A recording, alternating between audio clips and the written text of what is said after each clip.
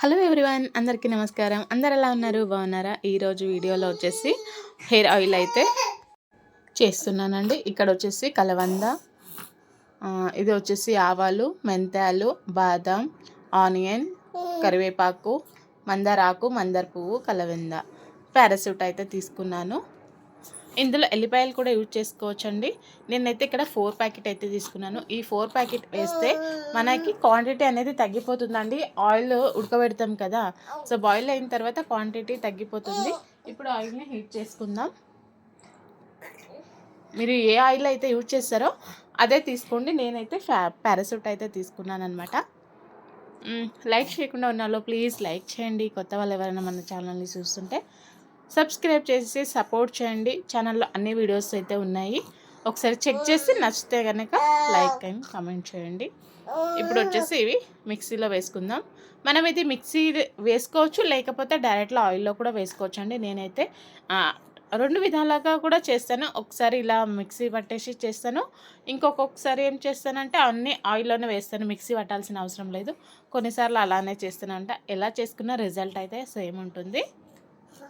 ఇప్పుడు ఇది పేస్ట్ అయితే అయిపోయింది. ఇవన్నీ కూడా ఆయిల్లో వేసేయడం. ఆయిల్ బాగా హీట్ అయి ఉంటుంది.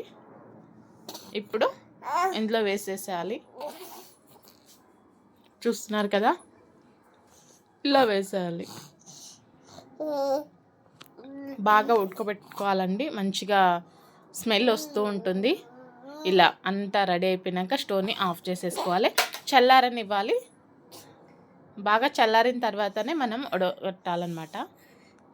ఇలా పేస్ట్ చేయడం వల్ల కాస్త ఆయిల్ ఇంకా తక్కువ అనిపిస్తుంది క్వాంటిటీ. పేస్ట్ చేయకుండా వేసుకున్నట్టయితే ఆ క్వాంటిటీ ఇంతగా తగ్గిపోదు, కొంచెం తగ్గుతుంది, కానీ రిజల్ట్ మాత్రం సేమ్ అనమాట. ఇక్కడ చూసారా, పూర్తిగా చల్లారిపోయింది, ఆయిల్ కనిపించట్లేదు చాలా. కాకపోతే మనం ఒక క్లాత్లో వేసి ఉడగొట్టినట్టయితే మొత్తం నీట్గా వచ్చేస్తుంది. ఇలా ఇక్కడ నేనైతే చూస్తున్నా, చూడండి. ఇలా చేయడం బెటర్ అండి. ఇలా ఒక క్లాత్లో వేసేసుకొని టైట్గా ఇచ్చేసి పిండి పెట్టుకోవడం అన్నమాట.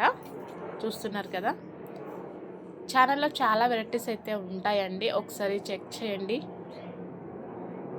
కుకింగ్ కావచ్చు, ఇంకా నేను టైలరింగ్ వీడియోస్ కూడా పెడతాను, ప్లీజ్ సపోర్ట్ చేయండి. ఇలా చూస్తున్నారు కదా, ఇలా మొత్తాన్ని ఆయిల్ అనేది సపరేట్ చేసేసుకుందాం. ఈ పైన ఉన్నది ఇంకా కావాలి అంటే పేస్ట్ లాగా హెయిర్కి అప్లై చేసుకోవచ్చు, అలానే లేదంటే పడేయచ్చు. కాకపోతే కొద్ది ఆయిల్ అంతా పోయి ఉంటుంది, కొద్దిగా ఉంటుంది, అందులో ఏమంత యూస్ ఏమి ఉండదు, పడేసినా పర్లేదు. వేసుకోవాలి అనుకుంటే ప్యాక్లా కూడా పెట్టుకోవచ్చు. ఇలా ఆయిల్ అంతా సపరేట్ చేసుకుంటే చూస్తున్నారు కదా, ఆయిల్ క్వాంటిటీ మాత్రం తగ్గిపోతుందండి.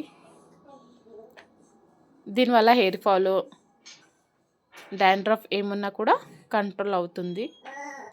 కలర్ మారింది, బట్ స్మెల్ మాత్రం చాలా బాగుంటుంది. Thank you for watching. Next వీడియోలో కలుద్దాం. టాటా, బాయ్ బాయ్.